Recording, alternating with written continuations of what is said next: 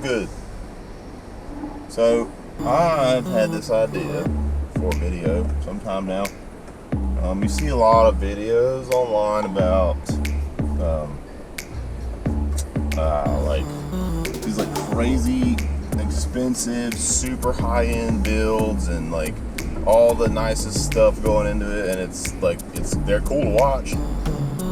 They're awesome to watch. I love seeing like full carbon builds with like, XL1 12-speed drivetrains with the latest suspension and just insane bikes, right? But what you don't really see I guess you do, but I feel like I want to do a good job on this one. You don't see videos that often that are the everyday guys build, really. And if you do, I don't think they're the most informative. I'm going to do this video, and we are going to break down the process and the steps that I took to get my bike the way it is. And I feel like that's like 5 categories. So before you decide on any of those categories, you need to decide on one thing. How do I want to ride my bike?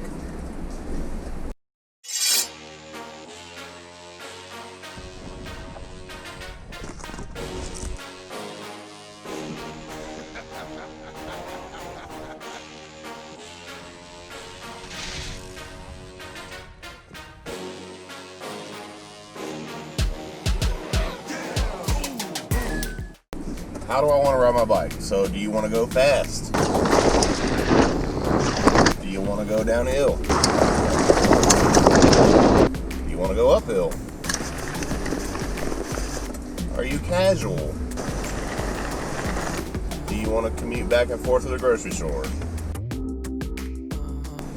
It could be any number of things, and that, I think, probably the most important thing when it comes to deciding how you're going to build your bike. 5 things that I think major categories that you should focus, that you will end up focusing on when building a bike. So frame, obviously it's the heart of your bike. Without a frame, you ain't got nothing else. So do you want carbon? Do you want steel? Do you want titanium? Do you want aluminum? You want bamboo? That's entirely up to you. Like I said, it depends on how you want to ride your bike. Do you want full suspension or do you want a hardtail? Do you want a rigid, a gravel bike? Do you even want suspension in the front at all? If you want a hardtail, then obviously you can save a ton of money because you don't have to buy rear forks, and generally the frames are cheaper.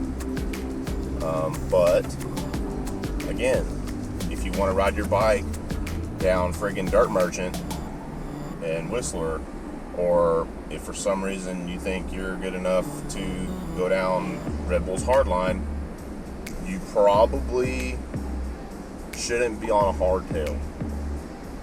Unless, of course, you're Blake Sampson. He can just ride a hardtail whenever he wants. And you gotta decide on wheel size. Do you want a 27.5? Do you want a 29? Do you want a 26? Are you, vertically challenged? Do you want a 24-inch? You gotta figure out your frame. Wheel size, material, hardtail, or full suspension. Number 2, drivetrain. Do you want to spend a truckload of money building the most insane, oil slick looking gold drivetrain? Or do you care? Do you think that, I'm going to be climbing a lot, I'm going to need a drivetrain that can climb and it's not going to break down on me in a year, 6 months, whatever? Again, it goes back to how you want to ride your bike. 12 speed, 11 speed, 9 speed, 10 speed. Are you riding a downhill bike? Are you going to ride a dual crown bike, like it's super raked out? Do you need a 7 speed? Do you only need to pedal to excel down a hill? think about that. Next is going to be your fork, and arguably maybe the most important thing, one of the most important things on how your bike is going to react the way you want to ride it. So if you want a hardtail, you better make sure the fork you got up front can take whatever it is you're going to throw at it. Don't do like I did and underfork the shit out of your frame, because you may think you're not going to really care too much at first, but you will eventually. I care. Oh! Fork choice doesn't have to be the newest, Fox 38, 36, whatever. It doesn't have to be the brand new one. You can get some pretty cheap ones that are decent, like they're not garbage. You can get used forks. Pink Bike, they're everywhere. Facebook Marketplace, it's everywhere. You can get a used 34 or Lyric or Diamond Evo or whatever. You can get some good forks that are 3 or 4 years old and just rebuild them if they're worn out. If they're just replace the seal or just have it serviced. And then as long as you're not racing, as long as you're not riding your bike like a true downhill racer, enduro racer, it's not going to matter if your bike or if your fork is top of the line or not, or mint condition. It's not going to matter. Another thing to focus on is wheels and tires.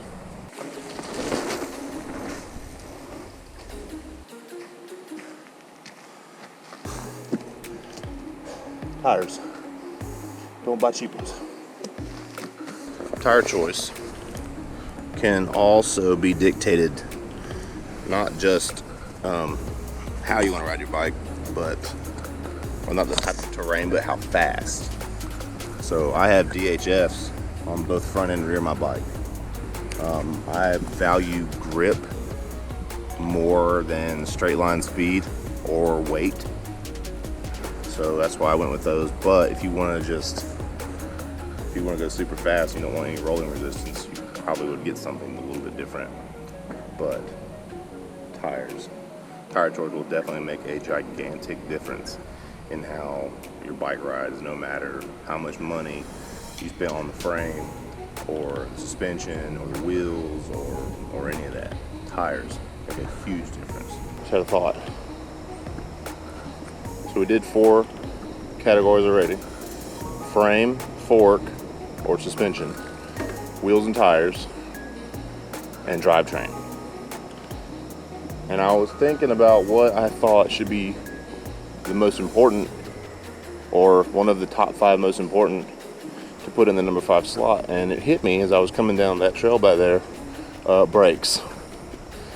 Brakes are most certainly,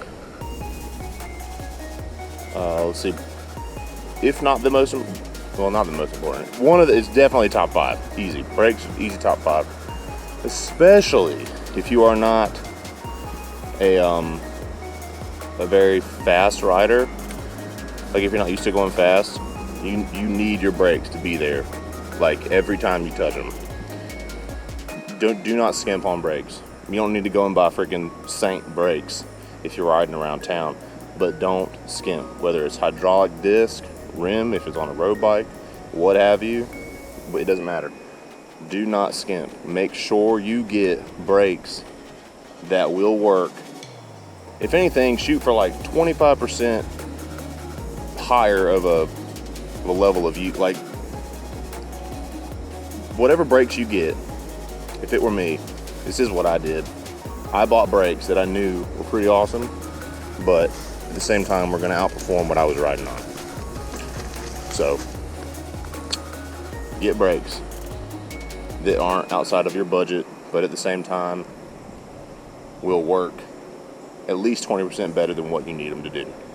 So you're operating your brakes in a, like, you're not like maxing out your brakes 100% of the time.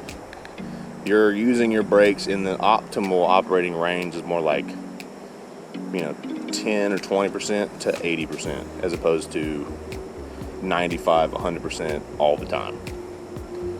So, brakes. Do not cheap on brakes, because if you do and you grab them and expect them to be there and they're not there, then you're going to hit a tree and those don't move.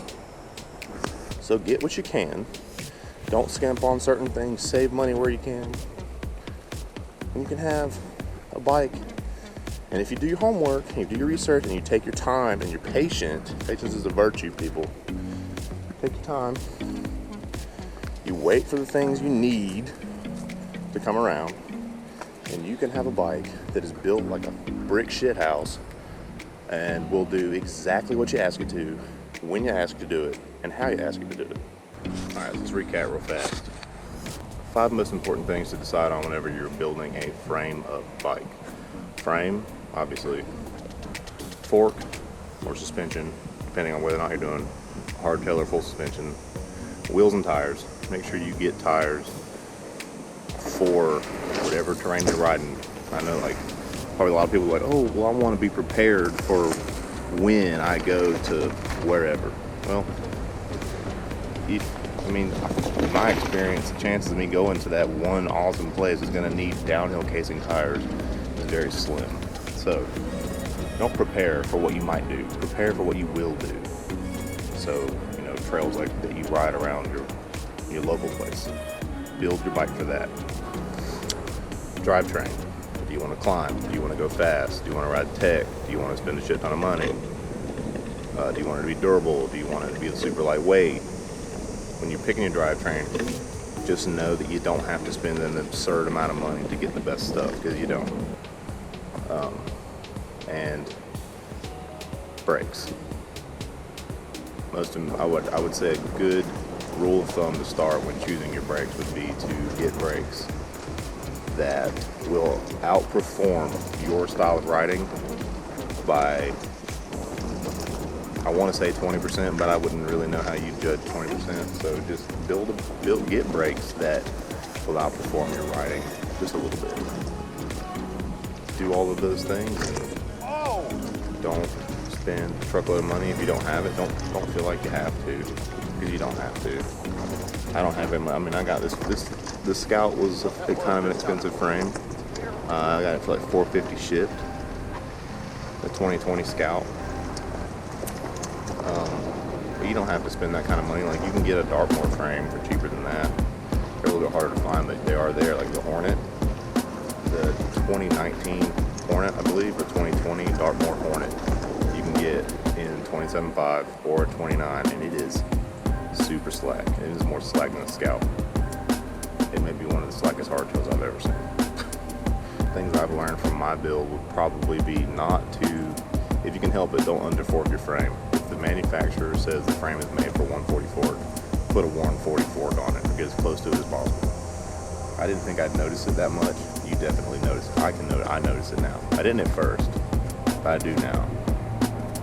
It kind of feels like I get nosedives a little bit sometimes, a little too easy. It's not terrible, but I can feel it. But there are places to save money on a build. So just take your time, pick your parts precisely, pick them for a reason, and you'll have an amazing bike. Alright guys, that's it for me today. I think I covered everything. If not, hit me up in the comments, ask questions, whatever, and I'll be happy to get to them, as many of them as I can. Thanks for watching my channel today, and I hope to see you guys soon. Peace.